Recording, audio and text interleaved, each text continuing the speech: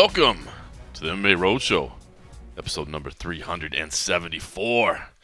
My name is John Morgan. Cold coffee is with me here in the beautiful, all brand new, luxurious, updated 2.0 Casa de Cold Coffee. Every time you say it, it makes you think like, but I haven't done anything since the last time. Is it really updated? I did vacuum the floors, even though it doesn't look like it, because the cat destroys the floor and the dog hair gets everywhere. Get on the staff over here, man. They're slipping a little bit. Staff, where are you? The staff is me, as you see my little vacuum clean over there. That has been like the greatest thing that I purchased recently. It's like, so I bought the vacuum to do the stairs, right? But the way that little brush thing works, it's cordless, so I just have to charge it. It works perfect on using on the floor to like pick up the dog hair and like all the other little shit. Well, these hardwood floors, man, they get kind of well, yeah, dust. You know, I would get down there and buff it up, but you know, but no, it is. I don't mind. Like that's like my Sunday routine. You know, when I let the staff off, so then I gotta give them that one day. So I'll run through and like do it. And there's something, you know, when I was younger, cleaning was never ever. I don't know if anybody ever really takes like pleasure when you're young, like cleaning. No, it's just a torture. Not. It's a chore. 100%. Now when I do it, like on Sundays when I got some time and I do it and I see that the floor looks good and then like the sitting areas look good, I'm like, good job. And I take pleasure in it, and I'm like, when did that happen? Wow, like, when did the switch happen? You're adulting now. I'm adulting.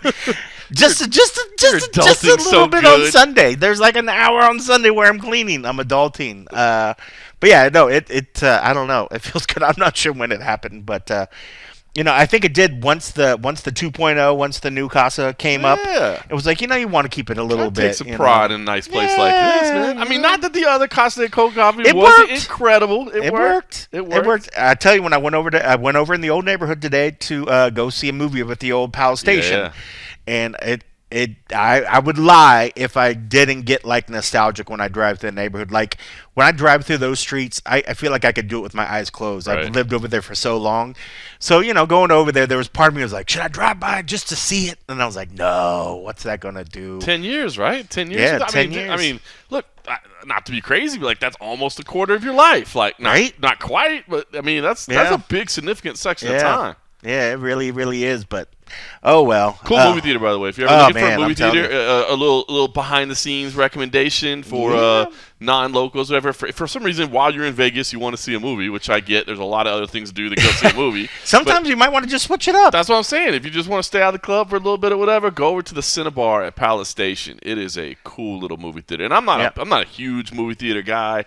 But it's just, man, they got the nice recliners with the power seats. Yeah. They'll deliver some frosty beverages to your seat. You got a little tray that swivels in and out at your thing, so they'll bring you nice food. Like, the food's actually pretty decent, too. Yeah. Today I just had popcorn because, you know, trying to watch that fit, trying to watch that weight, even though I did have butter on it and stuff. But look, they got threw some butter on it. Look at this. This is a whole new guy. I'm sitting here with a couple frosty beverages in front of me. He's got a jug of water over there. Look, I promise that we're not going to do the weekly cold coffee training report. I understand that's not what we're. But 3 days in, I know the folks want to hear a little bit. I mean, how hard has this 3 days been versus your expectations? It's every bit as hard as I kind of thought. I don't know if I thought it would be easier. I think I thought it would have been like, oh man, I can't wait to get in there and hit mitts, man, and start doing. It was like, we're doing cardio. We're doing warm-ups. Like, the warm-ups are fucking destroying me. And then, then by the end, later on, as you go later on into the class, as we're, you know, hopping in lines and throwing jabs down the line, or we're, what was the word I said earlier when we were shrimping? Oh, yeah. You know, just doing all these different moves that are, like, necessary moves within MMA for training, like, bro, it's fucking destroying me. And I know that, like, guys like them, they're probably like, these motherfuckers can't even do the work, because they'll say it. Justin Janesy up every once in a while, it's just a warm-up, folks. It's just a warm-up. And I'm like, dying over there. Dude, they're great. Him and Juan are really, really good. Like, they're the ones that are doing the bulk, even though, Ryan is, like, the third half of it. I think Ryan's more of just, hey, I'll fill in when these guys can't do it or whatever. Yeah. So, like, it's mainly Juan and Justin. So they were very happy today. So today we actually got to do a little bit of grappling and started doing some stuff. But, man, boy, I am every bit, I felt my age and, like, out of shape. There's probably, like, 20-something of us in there. I'm probably easily the most out-of-shape motherfucker in the class. But it's good, man. They're pushing. Everybody, for the most part, has been very supportive. It's kind of cool because a lot of people are all there for different reasons. But everybody's been supportive, at the end. Everybody's good job to everybody and kind of pushing. So I think that's the it hasn't got to the point where some of them later on are going to be maybe fighting each other. Well, that's what I was asking. That's why I want to know. Right now it's all still touchy, happy, feely. Is anybody like eyeing each other up a little bit? I'm sure I'm the fucking target they all want to fight.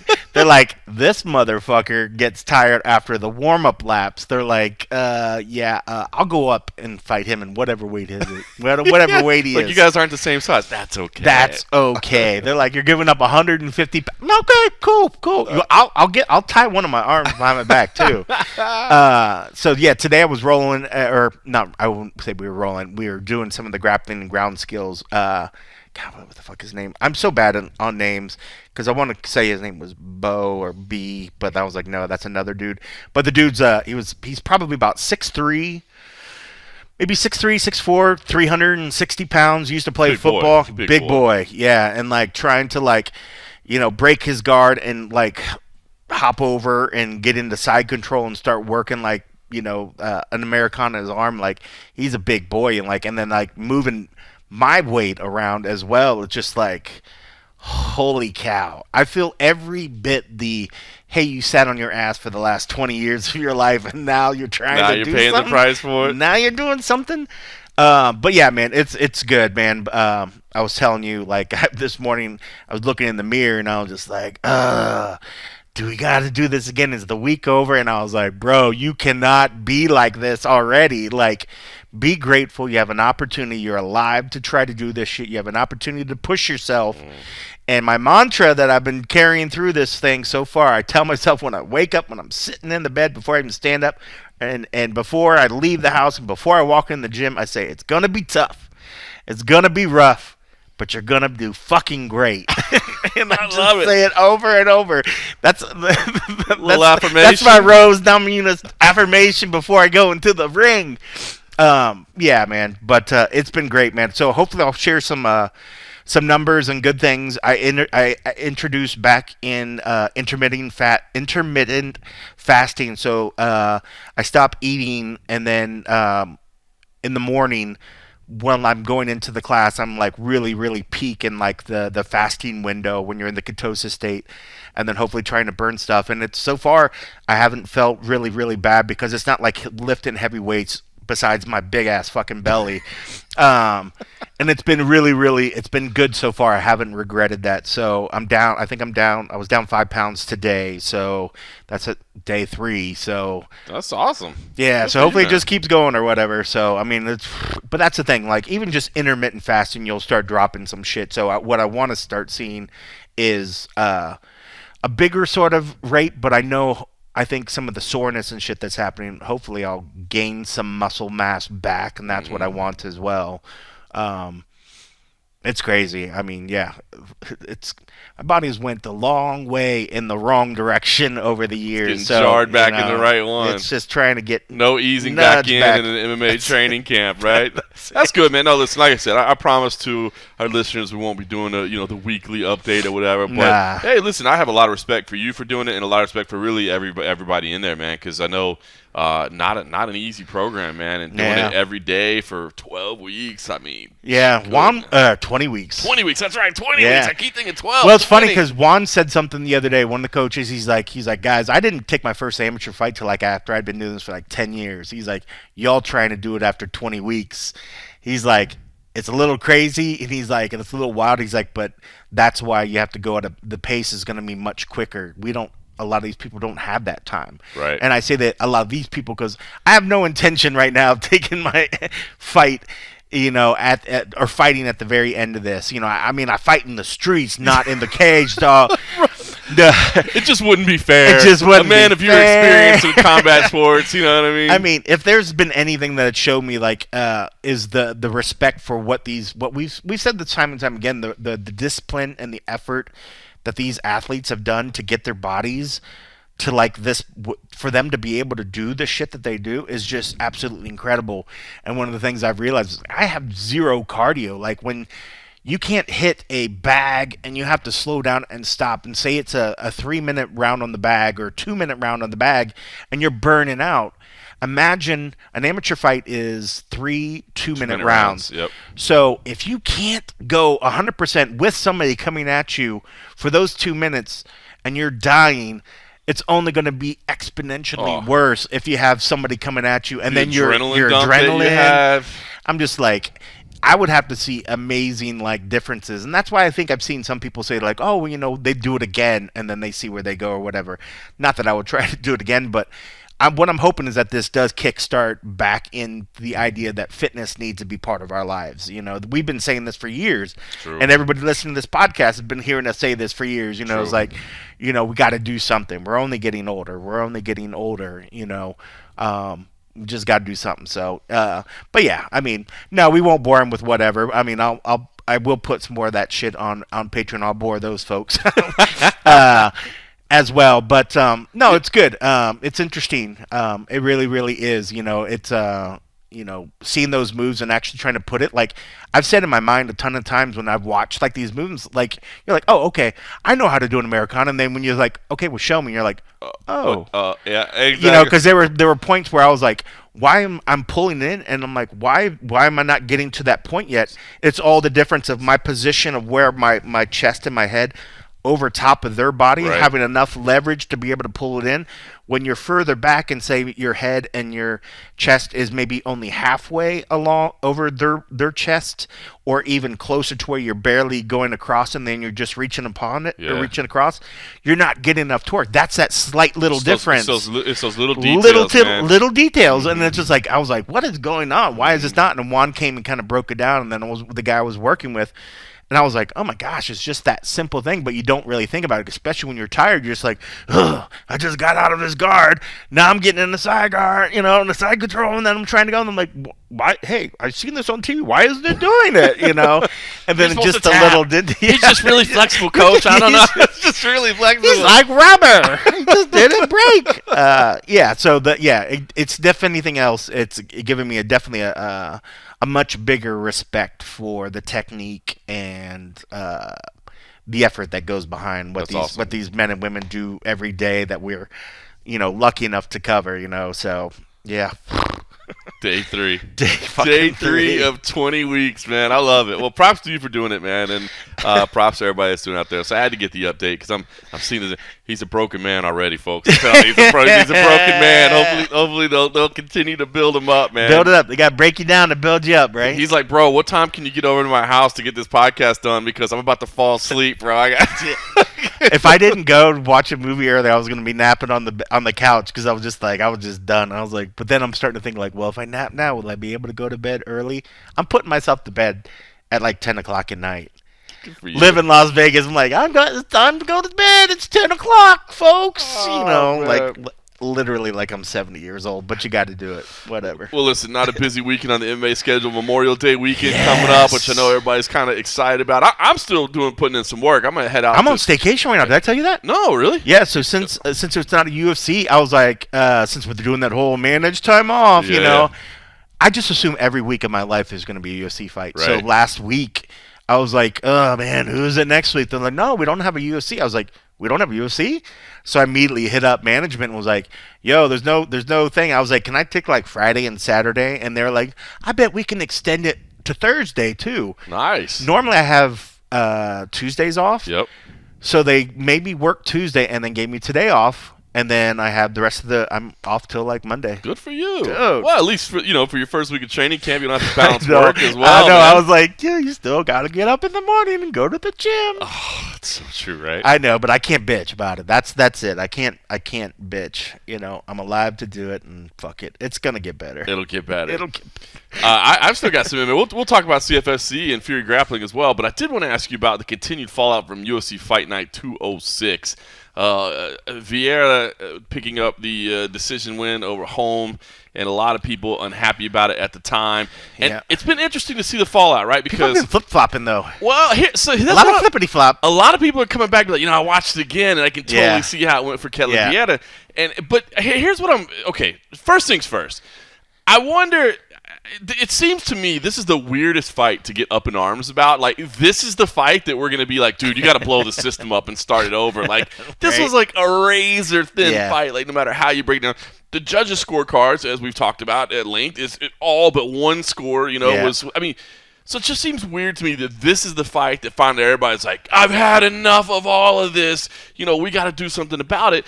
And I just wonder if that's simply because of where it fell on the schedule and that there is nothing this week. Like, if we did have another UFC event to go to or a pay-per-view to erase the memory. Yeah, that people would just be like, all right, let's move on. Because I feel like there's being so much time spent on it, and I wonder if that's just it. A lot of debate on Twitter. Like, you're right. Like, even still, like, I think yesterday or maybe it was today where I saw people talking about, you're right. And I was just like, that's weird. They're still kind of going over it.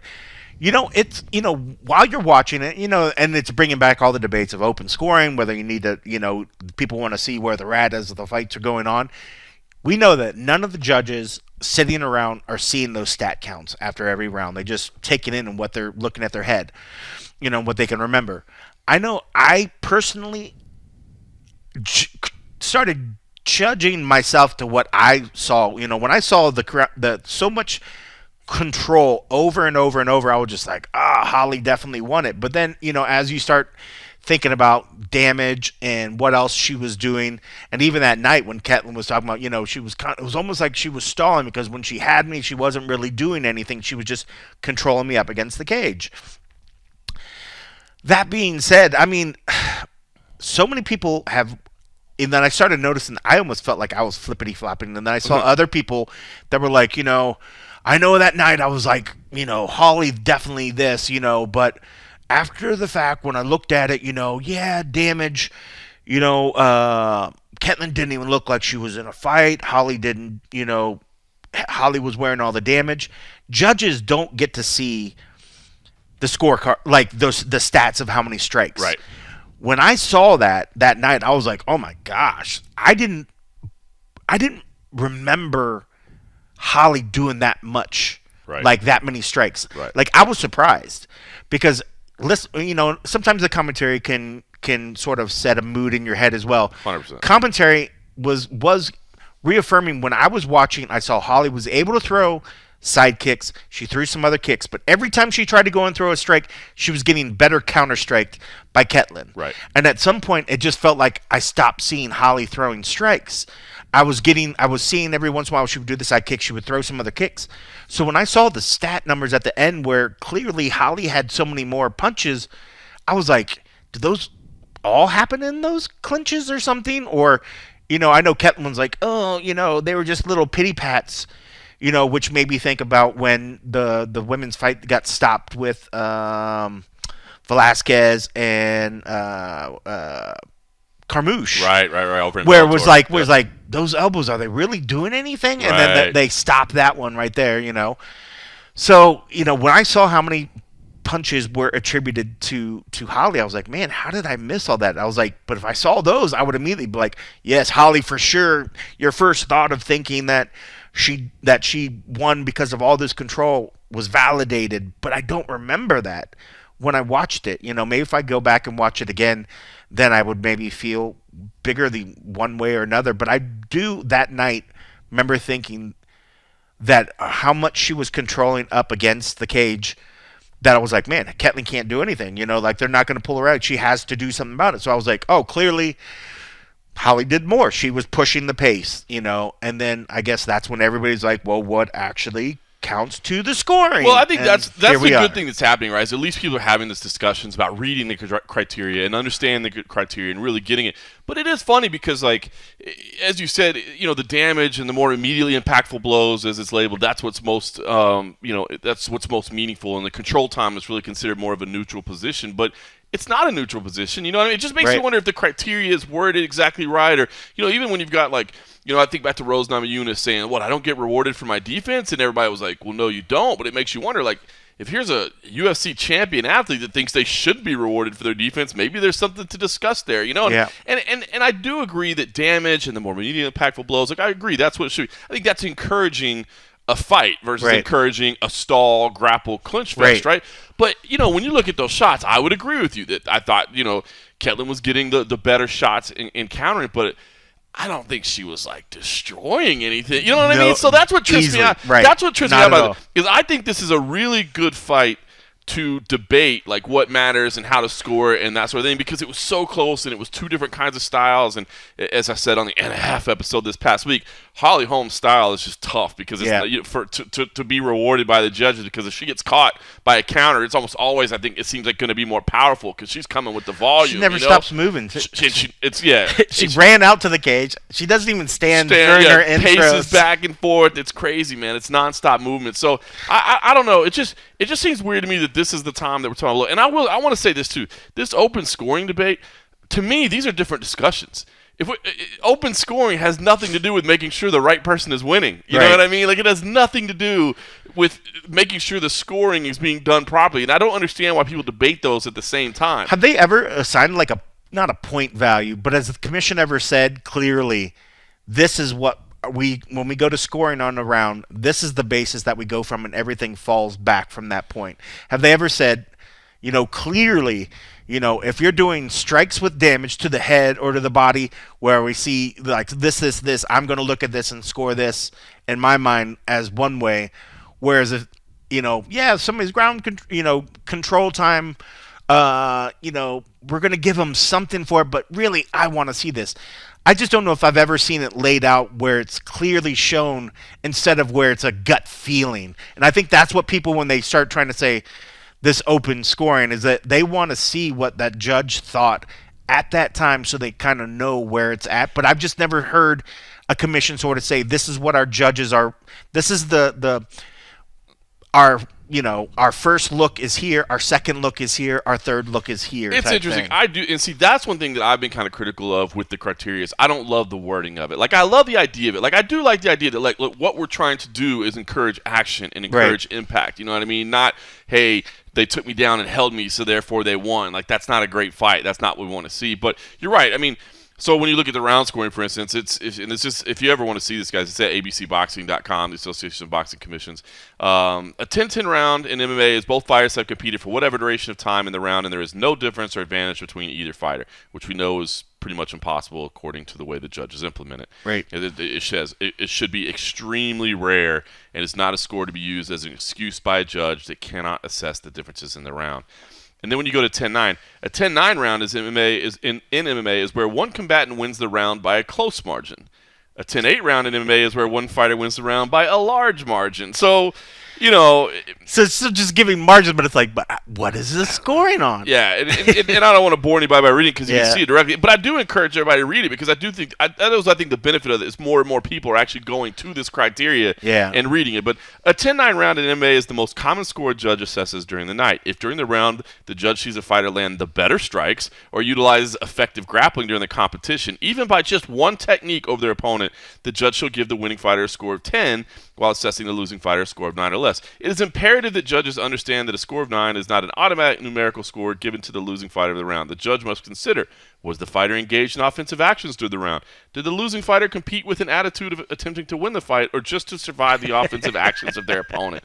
A score of 10-9 can reflect an extremely close round or a round of marginal domination and or impact. So it's like, it just seems so subjective to me. It really, you know really what is. I mean? But you definitely get the feeling where it's like, was one trying and one not? Like, I like the one who was like, was he losing or did they look like they wanted to die and they were so embarrassed? Sorry, I cannot. It's like they're like, can you cross that part? Let's not say embarrassed and they want to die. Let's just say it doesn't look like they're trying.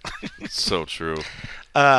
But yeah, I mean, wow, it's so subjective. But you're right. I mean, at least they start to lay it out. But when they say, when somebody's, controlling or like a submission, I mean, I can see where somebody's like, if I have them in a position up against the cage and I'm in the underhooks, and I'm close to where I might throw, I'm engaged almost in a technique.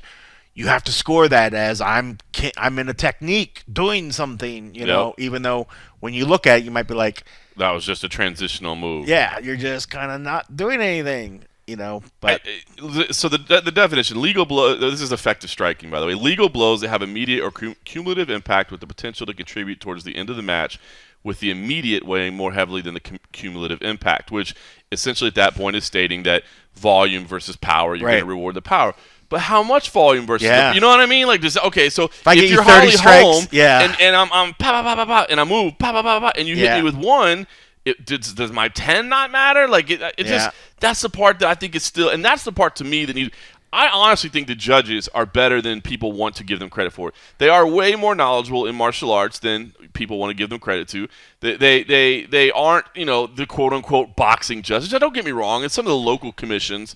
Some of the local commissions that don't do a lot of fights, yes, you have some subpar judges. But in Nevada, where these guys are working every damn week, think about how much practice these guys and girls have gotten during the pandemic period when every event was at the apex. I mean, these dudes have done ton of rounds. And they talk about it. They discuss it, man. You see them get together afterwards.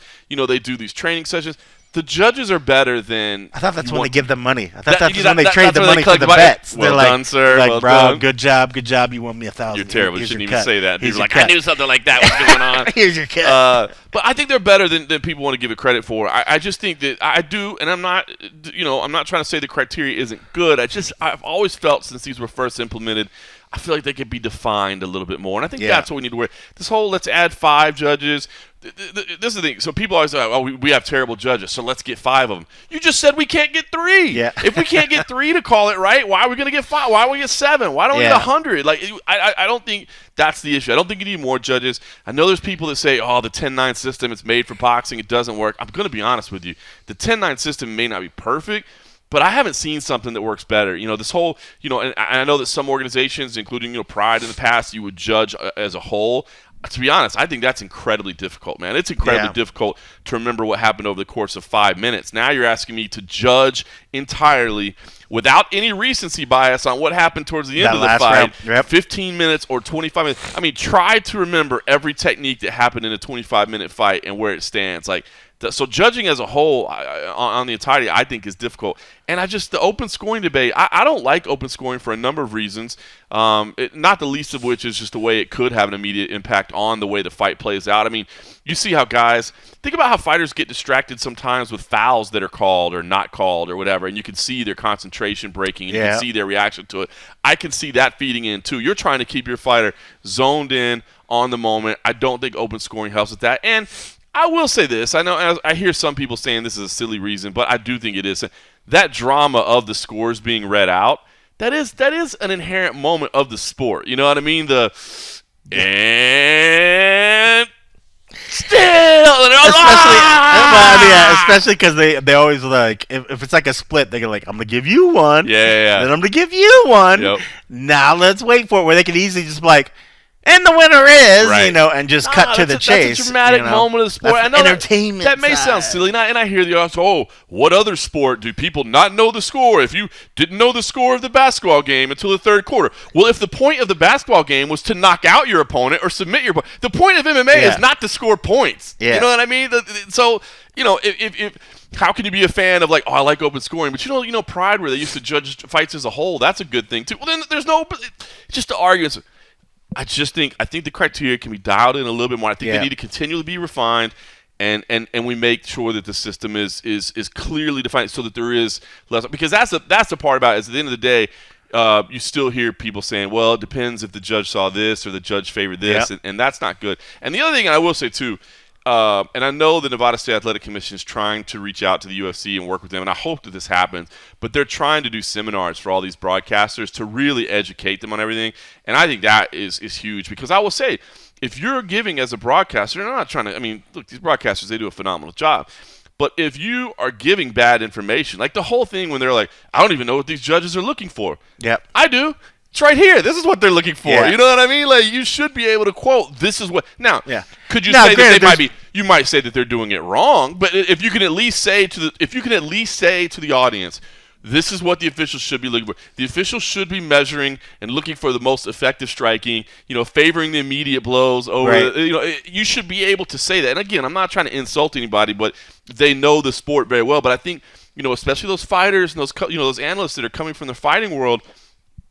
Look, we know the fighters don't know this criteria, which is not good. It's not a good thing, but we know they don't know it. Right. They need to know this stuff. And active fighters need to know it. But I think when the broadcasters can give that accurate information, that helps the audience a whole lot. And I think it doesn't create so much distrust in the system, and it doesn't create as much frustration. Yeah. At least, and I think it's important. I hope that works. I know the Nevada Commission is trying to work with them. I think the California Commission is working well to try to educate the broadcasters, which I think is great because it's a weird thing, right? Because the commissions are supposed to be regulating the promotion, and so they're supposed to have kind of a healthy difference between church and state, not necessarily work together because we're overriding or whatever. It's like, we were kind of, like the Charles Oliveira situation in Arizona, right? Like, what would have happened if Mark Ratner would have walked up and – because a lot of people think the guy on the scale didn't necessarily do it right. But what if Mark Ratner walks up and goes, nah, bro, look, you got to do this and you got to do that. You think anybody watching is going to be like, oh, that's totally on the up and up. You know what I mean? Like, no, of course. They're going to be like, bro, of course Mark Ratner just came in and messed with the scale so that Charles Oliveira could make weight so their title fight would be on. So there does have to be some kind of healthy separation over who's regulating who and who's doing what. But I don't think that means – I think, to be honest, if the commission and the promotion can agree to let their broadcasters be educated – that just does everybody good. It helps make sure that people know what they're watching and that they're not creating distrust where it shouldn't exist. I think it's a good idea. Yeah, I mean, it certainly would help, but I mean, it still doesn't fix some of the outline because you still see judges that just do completely weird things. Because if every judge followed it to a T, you think we'd always have unanimous decisions. We would never have a split decision, especially when you have two judges go one way and then you have a 30-27 the opposite way, and you're like, dude, when you see 30-27, 27-30, that's the worst. Yeah, you're just like, you're like, what's going on? So there's probably something. So you're right. I think education would probably just help just to show that they're at least trying to keep everybody up. But I think there's still probably we'll still see varying levels when it comes to the different judges.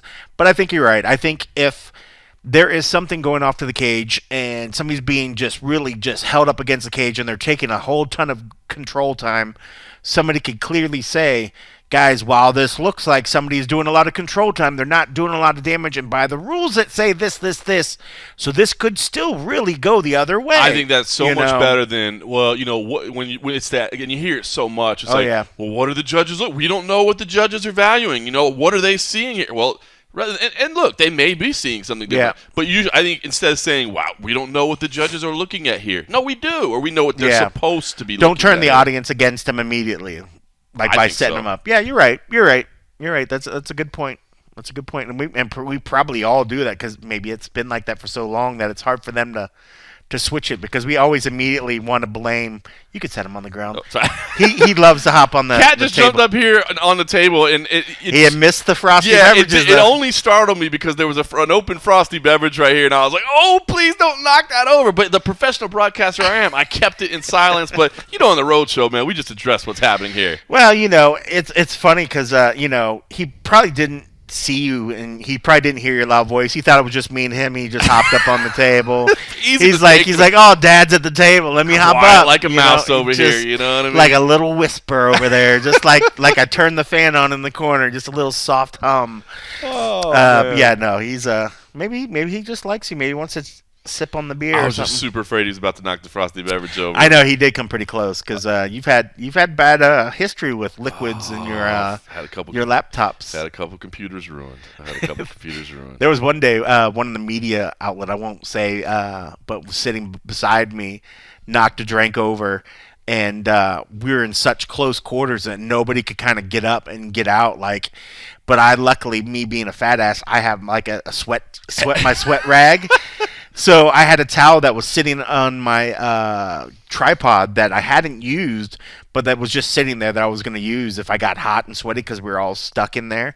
And I was luckily grabbed it and was able to throw it over to them, and they were able to pad it out. But the whole time I'm thinking, like, waiting for the laptop to just go bzzz, and then just cut out. But it literally brought back memories of every person's laptop I've seen get fluids. Jose Young's we've seen drop coffee, or maybe it was Casey that dropped on. I've seen it happen to you. I've had it happen to me. I think it came close to me before or something. But yeah, I mean, we've seen lots of technology get wasted by liquids. Diego Hebus from AG Fight spilled a coffee into my laptop one time, and then but the funny thing was, like, back then we weren't working together as often. We weren't seeing each other like every week. You know? So I mean, I was kind of pissed off, but I also, like, I understood it was an accident. Like, he didn't do it on purpose. And in my mind, I'm like, it's my fault because I walked away from my computer and I left a cup of coffee sitting there. Like, that's my fault. I shouldn't have done that. So I mean, while I was frustrated, I wasn't pissed at him. Like, it's not like he did it on purpose. But it's funny because then, like, I don't really know, like, I don't know if he spoke less English back then or he was just more shy back then, so we didn't really talk that much, so we just never really interacted that much. Yeah. And, like I find out, like, years later, he thought I hated his guts, and I was like, nah, dog, like, he was like, I thought you hated me for years because of that, but, I mean, that's I did have to buy another computer. But that's crazy that he carried that around for years. He's like, Morgan just hates my guts because I ruined his computer. I'm like, nah, dude, you were the quiet dude that doesn't speak much English over there, so I didn't talk to you much. Like, sorry, that's bro. Awesome. But now he ends up sitting next to me a lot, so we end up chatting a lot and talking and stuff. And he's a Dallas Mavericks fan now. He got to go to he got to go to an NBA basketball game in Dallas. He was in town covering the PFL the same week I was. And the Mavericks were playing there, and so he got to go see the Mavericks, and that was a series against Utah. So he got to go see an NBA playoff game at American Airlines Center. I'm going to show my ignorance of being in the bubble. Yes. Are they still in it, or did they lose? They were down 3-0, weren't they? Is it game 4? I think they're about to get eliminated. I'll be honest with you, even I don't I think know. they were down like 3-0, and I thought like the next right game. So it's got to be soon, right? Maybe probably tonight. Probably tonight or something like that. So I want to watch them while they're still in there. Like I said, I feel like we're on borrowed time anyway. Like, we weren't supposed to beat Phoenix, and they did. And yeah, you're right. I think even the coach was like, "This is a great experience for a young team." I was like, "You're already sounding like you lost." Well, and look, born and raised in Dallas, I'll always be a Dallas sports fan. I grew up watching this. My dad was, for a couple years, a Dallas Mavericks season ticket holder. Nice. So I got to see my fair share of games back in the day, back at Reunion Arena years and years ago. So I'm always going to be a Dallas fan, but at the same time, I'm not one of those guys that'll just, like, because I haven't watched a Mavericks basketball game all year. So, like, now that they're in the playoffs, I'm just going to jump in and be like, yeah, baby, Mavericks fan for life, baby. Bro, where'd you get that Mavs hat, Morgan? I know I never see you wear hats, but I must have just been sitting at home waiting. Yeah. Plus, man, I'm actually, I don't really get to watch the most basketball because I'm too busy doing promotional items for the Las Vegas Lights. You know, I know. Look at you. I saw that. I was like, what? That was pretty cool, man. They for anybody that doesn't know, the Las Vegas Lights is a local soccer team, and my wife and kid and I go whenever we can, to be honest with you. They play a lot of games on Saturdays, so we don't get to go a ton. We'll probably go to 6 or 8 games a year. But when you go. But when we go, they got this awesome thing, man, where you can buy a pitch side kiddie pool. Or, like, not buy it, but you rent the area. So they have like 8 of them set up, and it's literally 2 yards from the side of the field. I mean, you're on the pitch. Like, I sit there and, like, heckle the linesmen and the referees and stuff when they miss calls. I'm like, mess with them. And you get, I think it's like $50 or something, and you get 4 seats. And it's just the 3 of us. It's me, my wife, and my kid. But we'll go, and I'll grab a few frosty beverages, kick off the shoes, put the feet in the kiddie pool. You know what I mean? Sit there and hang out. And anyway, they tonight, or this Saturday, I guess, is their first one of the season that has a kiddie pool, because now it's warm again. And it's super hot right now. So only 8, huh? I think there's only 8 of them per game. Wow. That's the elite. That's like 1%er club right there. I'm 1%er, dude. 1%. That's, it's funny because that's how the other half live. I'm a big soccer fan. Like, Mr. Morgan, your pool is waiting for you, sir.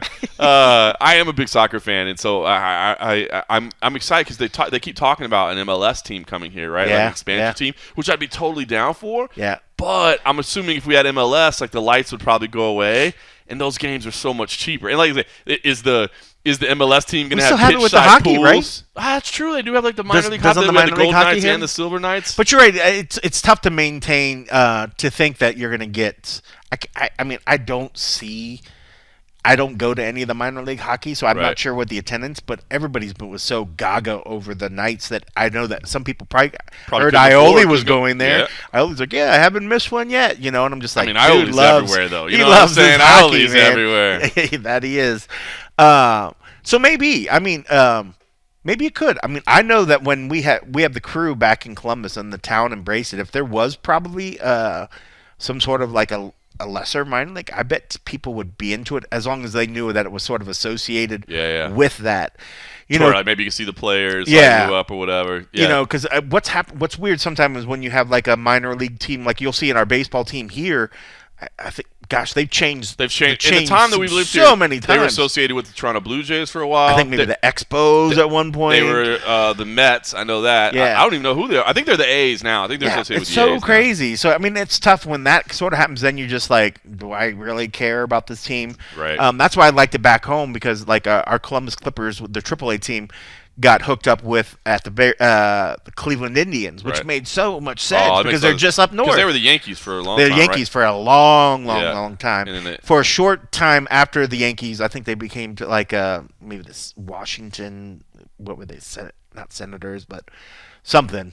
But for the most part, it was like just little stop gaps until I think they were waiting for the Indians because they knew the Indians was coming.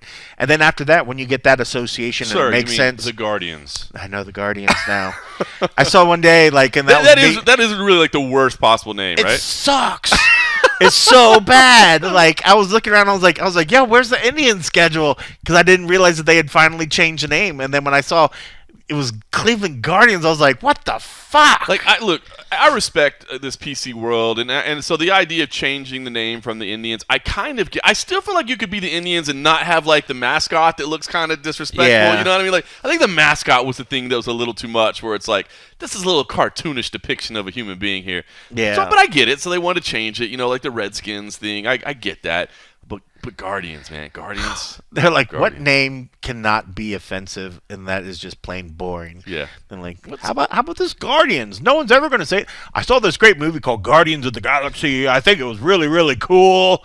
Let's be the Guardians. Terrible name. I know. So anyway, back to soccer and back to MMA. Yeah, we're just done with it. This is what happens on a Memorial Day weekend with not a lot of MMA. But yeah, the Las Vegas Lights, they featured a picture of my family in their social media. I don't remember you ever telling me that. Did they take pictures with everybody? Sure. Yeah. Oh, yeah, all of them. Or did they just they just saw you guys and they're like, oh, hey, Because I didn't see them tag you, but I didn't know if they were like they did tag me. Yeah, Did they did tag me. Yeah, they were like, be cool like John Morgan MMA and come hang out at our pool or whatever. So oh shit, yeah, it's kind of nice. It's kind of cool. I thought it was cool. Maybe it's a little too extra for you, but I thought it was cool. I felt respected. I have fun when I go out there. I like to go out. So that's my favorite part to go. They do have a place. So this is cool. So if you ever want to come to a Lights game, so the pitch side pools are awesome, but they have another area that I think anybody. In fact, I'm sure. I think you can get a general admission ticket for like $10, and they have a bar that's behind one of the goals, and it's literally like 2 yards from the goal line or whatever. So you can go there and you can just grab a beer. And when I say bar, it's literally just like an outdoor but you can grab a beer and just stand like right there, like 2 feet from the sidelines or from the end. So if you didn't have the wife and the kitty, that would be where you would. Totally.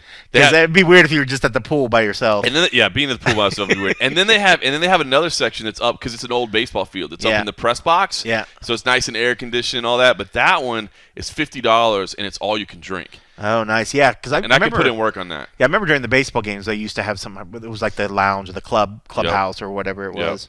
But that's awesome, man. Shout out Las Vegas Lights, free commercial. They didn't even pay me for that. I just have fun with it, and they use me on social media. So, all right, listen, not a lot of Sir, your pool is waiting for free this time. I know that'd be nice, but no, I'll happily pay. I have a good time out there. All right, so listen, not a ton of MMA this weekend, but I will say, remind you, UFC Fight Pass both Friday and Saturday. I'm flying out to Philadelphia tomorrow for some action at 2300 Arena. My man CM Punk will not be with me because he's actually here in Las Vegas right now. Yes! He's actually wrestling this Sunday. I don't know if he wrestles tonight or not. I know they do like a Wednesday event. I guess he probably wouldn't wrestle tonight, right? Knowing that he's got a title fight on Sunday, unless there was. No, they might do like one of those weird like just cut-ins where he's in the arena, and they might do like a scene where he's talking or something. Yeah, I couldn't imagine. So So he's in town for that. So Dean Thomas will actually be joining me, which I'm looking forward to that. We had a production call the other day, so that should be a good time. But CFFC 109 on Friday night, we did lose. We were supposed to have the return of Santo Curatolo in an interim flyweight title bout. Of course, we saw Santo on Dana White's Contender Series. He lost to Clayton Rodriguez, who looks like a really, really talented flyweight. He was kind of ready to start building again. But unfortunately, his opponent had some issues en route. I don't know if it was some visa issues or some travel delays. I'm not sure what it was, but basically removed on fight week, which sucks. So we lost that. But the kid that's in our main event, Manuel Sosa, 8-0, looks like an absolute terror. Also hailing from Brazil, and he's facing Mauro Chalet, who's from Brazil as well. So we've got an all Brazilian main event in the lightweight division with and including an undefeated Manuel Sosa, who looks like an absolute terror. But as excited I am about that, because I love MMA and I love doing CFFC, I'm even more excited about the next night, because Saturday night's when we do Fury Professional Grappling 4. It's still only our 4th grappling event. Yeah. And they're just so much fun, man. Sean Brady versus Ben Saunders in the main event. Clay Guida versus Alex Caceres in the co-main. A bunch of other notables on the. Jason Guida's on the card as well, so Big J's on there. Yeah, I'm wondering if Clay is going to slap Jason. You know what I mean? I want to see how that plays out. But yeah, so listen, Bruce Leroy, Clay Guida, 2 fan favorites, 2 all-action guys in the co-main event. I love that one. And then the main event, Sean Brady, former CFFC champ, obviously a Philly guy, man. That's his talent. It's his backyard. He's going to pack the house against Ben Saunders, who I spoke to Ben Saunders earlier this week, and he's excited. He's like, man, I love it. He's like, look, I still got a little bit of MMA left in me. So Ben Saunders has been fighting as a professional for 18 years. He debuted in May of 2004, and I was like, so are you still looking to do some MMA fights? He's like, I am. He's like, I still got a couple left in me. He's like, I definitely want to keep doing grappling and that as much as I can, but I want to keep competing. And he's like, I think if I had to put a date on it, May 2024 would be the date that I'd say, let me take my last fight. 20 years, let me do 20 years in the business as a pro fighter. 2 more years. Yeah, and so I was like, good for you, man. He's 39 right now, so conceivable. He said, he'd actually like to do, if he could, he's like, best case scenario, if they let me have one more fight in the UFC just to kind of call. He's like, I don't need to do the whole put my gloves in the center and all that. He's like, but just to go out in the UFC, that would be pretty awesome. But if a guy's if a guy's done his time that deserves that moment, it's like, that probably is been around, dude. He was in the Ultimate Fighter 6. That is crazy. 30 is going on right now. You guys bringing anybody in for the grappling? I don't think so. I don't. Not that I'm aware of. I think just it's you and Dean? Yeah, I think it's just me and Dean as well. So is Dean going to do the post-fight interviews in the cage, or are you going to go in? No, he is going to do it? Yeah. Has he done that before? Yeah. He's done it at some other events. Okay, I couldn't remember if I'd seen him go in there and do something like that before. I know I've seen him talk with guys before, but I couldn't remember if I've ever seen him in the ring. Well, good for him. That's cool. I'm excited about it. He's legit, man.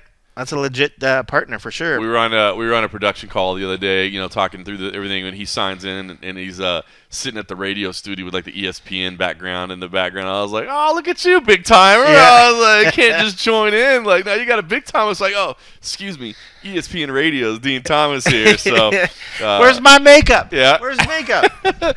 So looking forward to that, and then talk to Sean Brady as well. And Sean's like, and this was interesting, man. He was super. He's like, I am going to submit Ben Saunders 100%. He beat Craig Jones last time, but if you watch that match, a Craig Jones match is always a Craig Jones match, right? He's going to sit down. He's going to try to get in on your legs. He's going to try to invert, that sort of thing.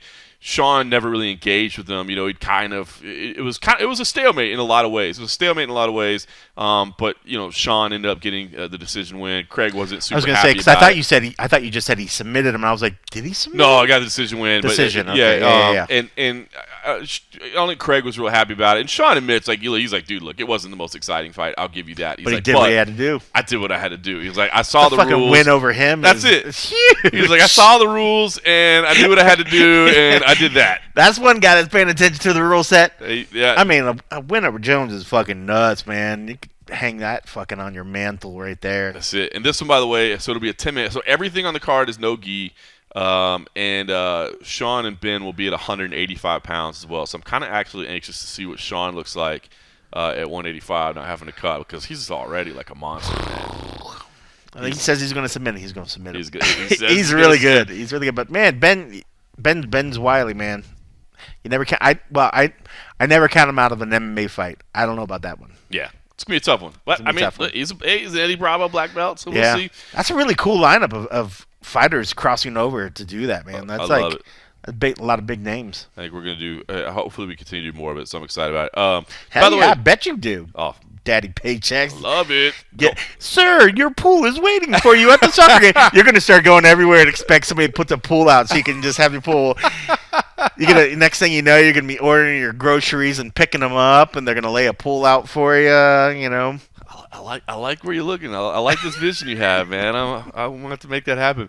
By the way, I did want to say, so I talked to Sean briefly about kind of what. You can tell the Apex to put a pool in there for you. Oh my god, that'd be hilarious. They're like, John, your press row pool is ready. We made sure the water was slightly warm. Sitting there. I mean, if you want, we could put the ripple machine on for you. Just sitting there typing up stuff with my feet. Your feet in a little baby pool. Oh, hilarious. I might be with just to fuck with you. Sit it underneath your desk. That's a fun experience if you got to go, boy. I'm telling you. You did. You guys all look very happy. You should go Saturday. You're here. I'm not. You should go Saturday. Go get your crew together. Go get some pitch side pool. My crew. You're one half of my crew. Like if you're gone, like who else do I have left? Oh, that's right. I remember seeing your nachos. Did you? I did tweet back in your thing. Did you have jalapenos in nachos? Come on, dog. Yeah, right. Yeah, come on. Okay, please. If you get ballpark nachos and you don't get jalapenos, you're talking wrong. about just some chips with some oozy cheese. I mean, because they never usually give you enough cheese anyway, so I kind of need the jalapenos just to double up when you run out of cheese. Yep. Okay. Yeah, come on. Wow, man, now you really did good up. That's 1% life right there. I got extra jalapenos. How about that? Damn, sir. Mr. Morgan, we have your Mr. extra Morgan, jalapenos. we have your extra jalapenos that you actually offered. So crazy. Listen, by the way, Sean Brady, by the way, he wants a top 10 fight next time out. And he had surgery on his nose. So, a lot of his last fight against Michael Chiesa, a lot of people were like, dude, he's sucking wind bad. Like, his cardio is going to be an issue. He's like, a lot of people don't realize the first punch I took in the fight, it broke my nose. No shit. He's like, so I couldn't breathe through my nose. And he's like, and blood was just pouring down my throat the whole time. So I couldn't really breathe out of my mouth very well either. He's like, it sucked. Wow. But everybody's like, oh, your cardio sucks. He's like, I promise you, my cardio doesn't suck. He's like, I couldn't breathe at all.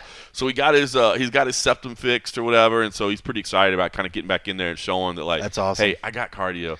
He's like, I'm not that fucking coffee guy that can't fucking run down the lap. I got cardio. Not that guy. How do you, man, taking a shot like that, knowing right from the get-go that your nose is busted and you're tasting your own blood on the back of your mouth?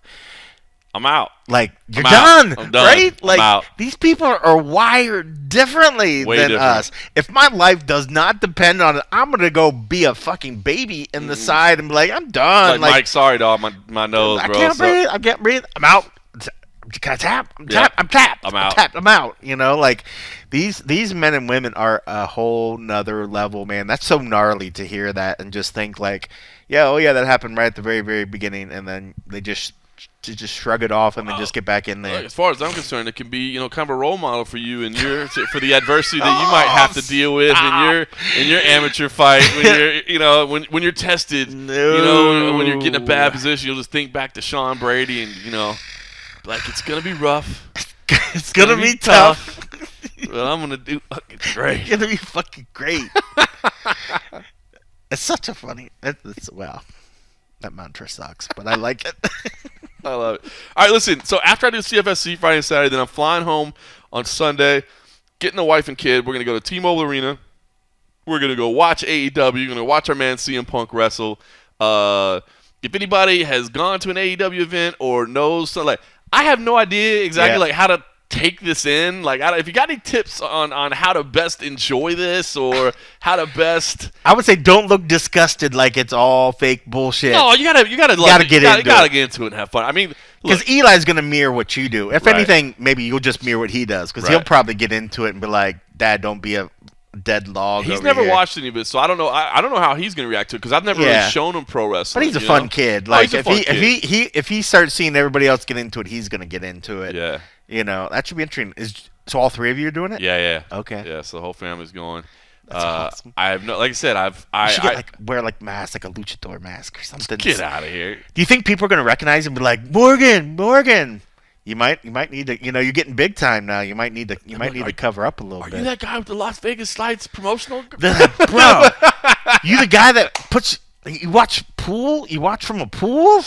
Yeah, it'd be interesting, right? Because I mean, I think there's probably There's got crossover. to be a lot of There's MMA pro crossover. wrestling crossover, right? That could be cool for your kid to see if people do it, and then like when your kid's there, who doesn't want to be So, like big man? It is pretty with funny, kids actually. around. So when I will say that makes me feel pretty good when people come and say. But it is so my kid has been around me in group settings like a couple times. It's always been like MMA environment because that's all I really do. You know what I mean? Yeah. And like.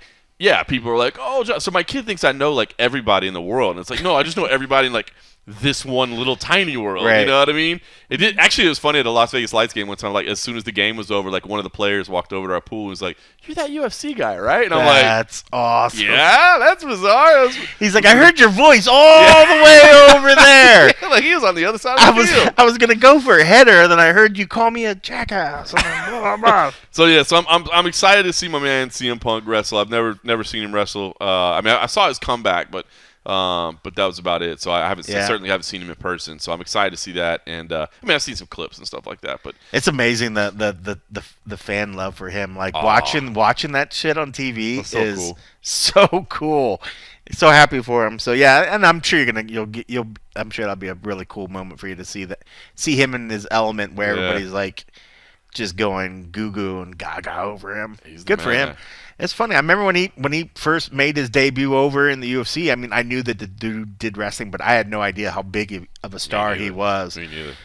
So it's kind of cool that even when he stepped away for 2 years, several years, 3 years, something like a few years, for them to just immediately open arms right back into it, man. That's pretty cool. That scene of him coming back in Chicago was pretty cool. That was pretty cool, man. That was like giving me chills. I wasn't even there, dude. Yeah, that's cool. So I'm excited. So if anybody's got any tips or things I need to watch out for, maybe you're a big AEW fan and you're like, because I don't know who else is on the card. Like if you're like, hey, you're gonna like this one. Do I stay and watch every match, or do I walk around a little bit? I don't know. Where your seats at? I have no idea. My man Punk. You're gonna have good seats then. Hopefully, put you near like a walkout sort of thing. He'll just to jack with me. He'll sit me way back up in the. Nah, he'll get you good ones. He'll get you good ones so you could actually enjoy like the walkout stuff where they're coming down. They still come down the ramp or whatever. They'll probably they have like the big end stage. They have the big ramp that comes down, and then you'll be off to the side. I bet you have good. You might get some TV time. You might need to wear appropriate shirt, something fun. A couple frosty beverages. Yeah, we should get shirts that say Frosty Beverages. I thought about going to like Las Vegas Fight Shop and getting like a CM Punk shirt, but I've been so busy. That would be outrageous. Roll down. That would be awesome. But then, like, I feel like it's such a poser. You know what I mean? Like, but that's part of the fun. Yeah, that's part of the fun because I think he would totally get a kick out of it because I think he would understand that you're just embracing and having fun. He knows you're not like, oh my God, this is CM Punk. This is my shirt. Like he knows you're in on the fun with that. That's why. I would think that he would take it. I think he would take it as a very, like a nice gesture, but also he would get a kick out of it because he's like, this motherfucker doesn't really want to wear my shirt. But he's just doing it because he knows I might see it, you know? Yeah. And plus the fun thing is like, you know, even if you did happen to get on a broadcast or whatever, that's a fun image that you could always use and tease around with him forever or something. Or maybe I should get his opponent's shirt and just like boo the hell out of him. Even better. Even better. Worst in the world. Wow, dress the whole family. Either maybe the son can have Punk or just do the whole family in the opponent. I don't know what's better. They both sound pretty good, but that as soon as you said that, I was like, wow, yeah, I like that area. I mean, I like that for idea. wrestling, like we just kind of play a role, right? But I really would want to wear a shirt and support my guy. Punk's become a good friend of mine. I think both would be. I think you would get a kick out of both of them. I think if you wore a shirt, you'd get a kick out. And I wonder if I wore his opponents and boom. I wonder if I could get him like break character and laugh, or like, I wonder if he would just like crack up when he saw me, like, bro, you don't even know whose shirt you're wearing right now. You're just messing with me. Yeah, and you get like I'm with dummy shirt for Eli or something. Oh, too funny. So I'm looking forward to it. It's going to be a fun weekend. I'm flying out tomorrow. Like I said, for anybody that wants to watch, please do Friday night, 8 p.m. Eastern on UFC Fight Pass for CFFC 109. And then 6 p.m. Eastern on Saturday for Fury Grappling 4, which we really enjoy doing the grappling. So that's what I got going on. And then Sunday, I guess, if you're buying the pay-per-view, look for me and the family on from the nosebleeds wearing you're not going to be in the nosebleeds, bro. Shirt. You should. You have to have a shirt. I bet you're going to be in front row. I don't know. If Punk arranged or helped get the tickets, you got to have good seats. That's like Just going. happy to be in the building, sir. Just happy to be in the That's building, it. sir. That's it. I mean, I guess there's a lot of dudes on it. It'd be like getting like access to Dana's tickets, and it's not Right. not everybody can be in the front row. Exactly. Yeah, so that's awesome, man. That'll be a lot of fun. But you got to wear a shirt. If you don't wear his or his opponent's shirt, I would be very, very let down. Because now it's in my head. Now it's stuck in my head, and it chuckles the shit out of me.